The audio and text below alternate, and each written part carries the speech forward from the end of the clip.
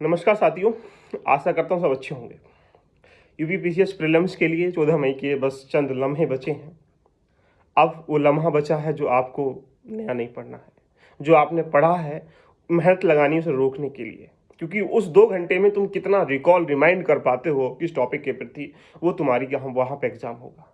आपने पूरा एनसीईआरटी पढ़ लिया, एडवांस किताबें पढ़ लिया, प्रैक्टिस कर लिया, मॉक लगा लिया, लेकिन आप 2 घंटे में कितना सही कर पाते हो, ये तुम्हारी परीक्षा है। तो अब आपको करना क्या है, मैं आज डिस्कशन करूंगा 2 बिंदुओं पर। एक बिंदु पर डिस्कशन करेंगे कि जो अभी बचा हुआ समय है उसमें क्या करें। दूसरी बात करेंगे कि जब एग्जाम हॉल में जाएंगे तो उस समय क्या करें। इन 2 बिंदुओं पर हम बात करेंगे। पहले बात कर लेते हैं कि रिमेनिंग टाइम जो बचा है इसमें क्या क्या करें। स्वाभाविक सी बात है, सबके जहन में दर्द हो रहा होगा, दिमाग बिल्कुल ओवर कॉन्फिडेंस हो चुका होगा कि पता नहीं होगा नहीं होगा, ये जो पढ़ा है ये इंपॉर्टेंट है नहीं है, जो हम पढ़ रहे हैं वो आएगा एग्जाम में नहीं आएगा, जो हमको आता है वो एग्जाम के लिए इंपॉर्टेंट है या नहीं है, या आप पढ़ रहे होगे तो बार बार भूल जा रहे होगे। सारी जो प्रवृत्तियां हैं एग्जाम से पहले हर किसी जीवन में होती हैं, सबके जीवन में होती हैं, इसलिए डरने का महसूस मत करिएगा। पहली बात, अब आपके सामने लगभग 48 घंटे के आसपास बचे हैं। इसमें तुम ये सोच के चलें कि तुम कुछ भी नहीं उखाड़ सकते, कितना ही नया पढ़ लीजिएगा। तो पहली बात तो ये कि तुम्हें कुछ नया नहीं पढ़ना है। दूसरी बात ये निकल के आ रही है कि आपको अब इस रिमेनिंग टाइमिंग में 3 काम करने हैं। पहला काम, जो आपको 5 साल के यूपीएससी यूपीपीसीएस आयोग ने जो पेपर लिए हैं उनको एक बार जरूर देख लीजिएगा। दूसरी बात निकल के आ रही है, जो आपने अभी तक पढ़ा था जिस स्ट्रेटेजी से उसी को फॉलो करना है। जो आपने नोट्स बनाए थे, थोड़ा सा कंपाइलेशन किया था, थोड़े से मिनिमाइज करके ध्यान रखना, नोट्सों को आपने नोट डाउन किया होगा, बस उसका रिवीजन करिएगा। और तीसरी बात, करंट अफेयर पे मेन फोकस करना है, क्योंकि वहां 30 से 35 क्वेश्चन आपको देखने को वहां मिल जाएंगे। इसीलिए अगर आपने आई दृष्टि परचेज किया होगा तो उसका रिवीजन करिएगा, घटनासार परचेज किया उसका रिवीजन करिएगा। इसके अलावा आप कुछ मत करिएगा, 3 ही काम कर लो, पीवाईक्यू पढ़ लो, रिवीजन कर लो, और दृष्टि जो है या आई दृष्टि जो है उसको आप फॉलो कर सकते हैं। इसके अलावा बाकी जो बाजार में चल रहा है, तकनीकी भरे दौर में बरसाती मेंढक जो है, ध्यान रखना, वो लगातार यहाँ से डुबकी लगाने के लिए तुमको लाने का आकर्षित कर रहे होंगे। जैसे बहुत सारे ऐसी चीजें होंगी जो आपको बता रही होंगी, ये इंपोर्टेंट क्वेश्चन को देख के जाइएगा, इंपोर्टेंट टॉपिक जरूर देख के जाइएगा। महा मैराथन चलाएंगे, ध्यान रखना, चल रही होगी लगातार, आप देख भी रहे होंगे, मुझे ऐसा लगता है। तुक्का कैसे लगाएं, या कौन कौन से प्रश्न प्रत्येक वर्ष आते हैं, ये बहुत सारे, ध्यान रखना, बरसाती मेंढक इस समय बाजार में है, तो इनसे दूर रहने का प्रयास करें। क्योंकि आपने जो तैयारी की है, अब वो समय है कि आपको उसको रोकना है। आप आपको एक्सप्लोर नहीं करना, आप उसको रोकना है, क्योंकि उसी को काम करना है ना।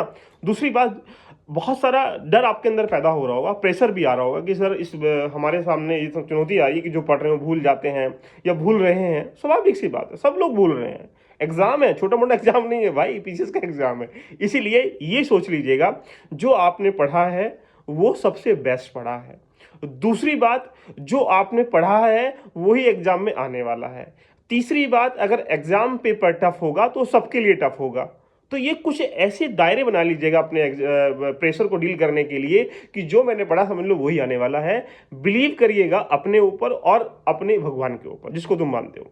उससे क्या होगा, अगर तुम्हें अपने ऊपर बिलीव नहीं होगा तो भैया एग्जाम भी तुम पे बिलीव कैसे करेगा। अब बात आती है कि एग्जाम हॉल के प्रेशर को डील कैसे करें, और एग्जाम हॉल में किन किन मुख्य बातों का दिमाग में रखें जिससे कि हम वहां पे अच्छे प्रश्न कर पाए। सबसे पहली प्रश्न आती है कि ओएमआर को फिल करने की। बहुत सारे बच्चे देखा जाए गलती कर देते हैं कि पहले सारे प्रश्न टिक कर लेंगे पेपर में, फिर उसको 1 बाई 1 करके भरने का प्रयास करेंगे। उसमें सौभाग्य से होता क्या, एक आध सीक्वेंस में टूट जाता है, तो वो फिर क्या होता है, बहुत लंबे समय के बाद दिमाग में आता है अच्छा इसका आंसर ये था, तो वो पूरी सीरीज टूट जाती है। ये सबसे बड़ी गलती ना करें। दूसरी गलती बच्चे यही करते हैं कि वहां से एक प्रश्न टिक करेंगे, उधर ओएमआर भरेंगे। ऐसा करने से मल्टीपल जो है टाइम्स जो है वो तुम्हारा वेस्ट हो रहा है। तो ये डिपेंड तुम्हारे ऊपर है कि तुम किस में कंफर्ट हो, तुम्हें क्या एहसास हो रहा है। अगर पेपर तुम जल्दी कर लेते हो तो पहले सब कुछ टिक कर लो, आराम आराम से भर लेना, लास्ट में टाइम बचेगा। और तुम्हारे पास ऐसा टाइम बचता ही नहीं है जिससे कि लास्ट में बचा हुआ एग्जामिनर बोल रहा है वहां पे जो निरीक्षक है कि भैया 10 मिनट बचे हुए हैं, और तुम्हारे माइंड में प्रेशर हावी होगा, जो तुमने किया है वो भी रॉन्ग हो जाएगा, तो बड़ा दर्द होता है। इसलिए ओएमआर को बड़ी सहजता के साथ भरना है, क्योंकि एग्जामिनर आपकी कॉपी ओएमआर चेक करेगा, ना कि तुम्हारे पास कितना ज्ञान है उसको चेक नहीं करेगा। इसीलिए ओएमआर को बड़ी शालीनता के साथ, सहजता के साथ और बिल्कुल सुंदरता के साथ भरना है। यानी इसका मतलब आपको गोले जो कर रहे हैं ये प्रदर्शन करना है कि वो कहीं ना कहीं बाहर नहीं जा रहा हो या कम तो नहीं भर रहा हो। वो बहुत सारे डायनेमिक तरीके हो सकते हैं, राइट। तो इसीलिए कोशिश ये करिएगा कि 4-5 प्रश्न आपने टिक कर लिया और उसके बाद भर लीजिएगा। तो ये तो आप ओएमआर में फॉलो कर लीजिएगा। दूसरी बात आती है कि आप एग्जामिनर हॉल में जा रहे हैं एग्जाम देने के लिए। हमारी बॉडी, जब हम घर में रहते हैं तो कंफर्ट फील कब करते हैं? जब हमारे शरीर पे जो लाद रखा है हमने वजन, चाहे वो किसी प्रेशर का हो, उसको ढीला कर दिया जाए। कपड़े अगर आप जींस में बैठे रहेंगे, ध्यान रखना, या फिर कुछ एक्स्ट्रा ऑर्डिनरी करके यहाँ दिखावे वाली जिंदगी में आप जियोगे तो वो शरीर कंफर्ट उसको फील कराता नहीं है। तो उसमें क्या होगा, जब आपका बॉडी कंफर्ट नहीं होगी तो फिर माइंड भी कंफर्ट नहीं होगा। तो इसीलिए जब भी आप एग्जाम हॉल में जाएं तो कंफर्ट कपड़े पहन के जाएं। इसका मतलब आप यहां दिखावा करने नहीं जा रहे हैं कि एग्जाम देने जा रहे हैं। बहुत सारे लोग स्टेटस लगाएंगे, गलती ना करें भाई, दिखा रहे हो क्या? प्रीलिम्स ही तो है। जिस दिन तुम्हारा सिलेक्शन आ जाएगा तुम्हें दिखाने की आवश्यकता नहीं पड़ेगी, लोग तुम्हें खुद देख के आएंगे, ओहो आपका हो गया। इसीलिए दिखावे की जिंदगी ना दिए, क्लॉथ जो है कंफर्ट पहन के जाएं, जिसमें आप कंफर्ट हो, जिसमें आपका माइंड या बॉडी क्या है प्रॉब्लम क्रिएट ना करें।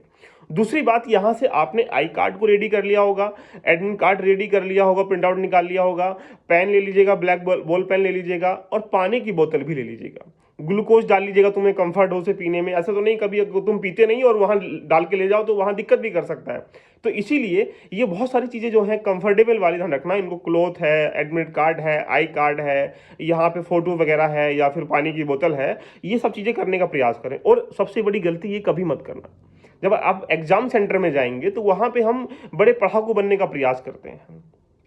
इसका मतलब ये दूसरा बंदा पढ़ रहा है तो तुम सोचोगे यार मैं तो नहीं पढ़ रहा। इसका मतलब आप सोचिएगा, हर किसी की अपनी अपनी अलग अलग एक्टिविटीज़ होती हैं। हो सकता है कि वो उस समय पढ़ता हो, पहले नहीं पढ़ता हो सोचिएगा। तो इसीलिए यहाँ अपने माइंड को बिल्कुल शार्प तरीके से, बिल्कुल क्लीन तरीके से साफ रखना है कि बस आज का दिन मेरा है, बस इसके अलावा कुछ नहीं है। तो इसीलिए इन सब चीज़ों से दूर रहें, कंफर्ट जोन में जाकर एग्जाम दें, बिना कंफर्ट के एग्जाम ना दें। तीसरी बात निकल के आती है एग्जामों के लिए कि सबसे बड़ा डाउट निकल के आता है सर अटेम्प्ट कितने करें। देखिए, अटेम्प्ट करना 150 प्रश्न आएंगे GS1 में, GS2 में 100 प्रश्न आएंगे। GS1 में 150 प्रश्नों में से डिपेंड करता है तुम्हारे ऊपर। ये मान के चले कि 90 से लेकर 95, अगर मैं 95 मान लेता हूँ एक मानक, तो 95 क्वेश्चन आपको सही करने हैं निगेटिव करने के बाद। अब तुम्हारे ऊपर डिपेंड है कि भैया तुम्हारी एक्यूरेसी कितनी है।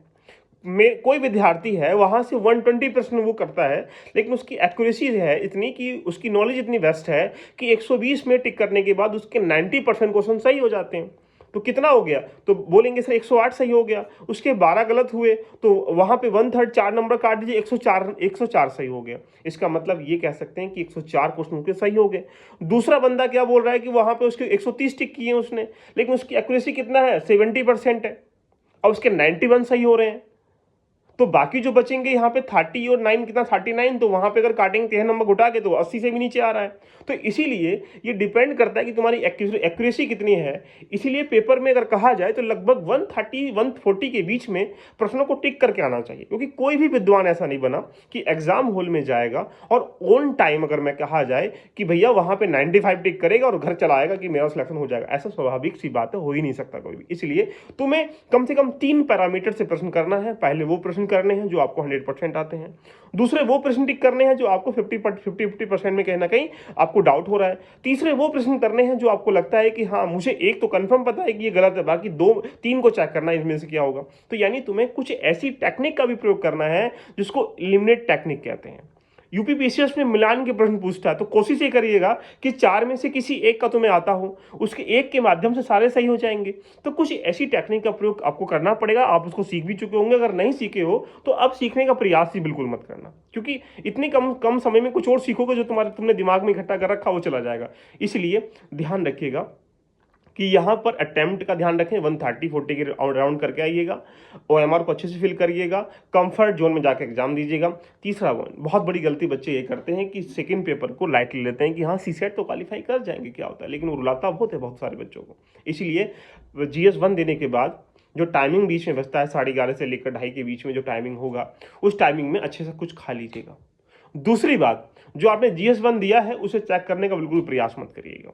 कुछ ऐसे यहाँ पे महाज्ञानी बन जाते हैं, वो क्या करेंगे, लगातार चेक करना स्टार्टिंग कर लेंगे, बाहर डिबेट करेंगे, जैसे पूरा मंत्रालय यहीं बैठेगा, या सारा आयोग यहीं आ जाएगा पेपर OMR लेने के लिए आपकी।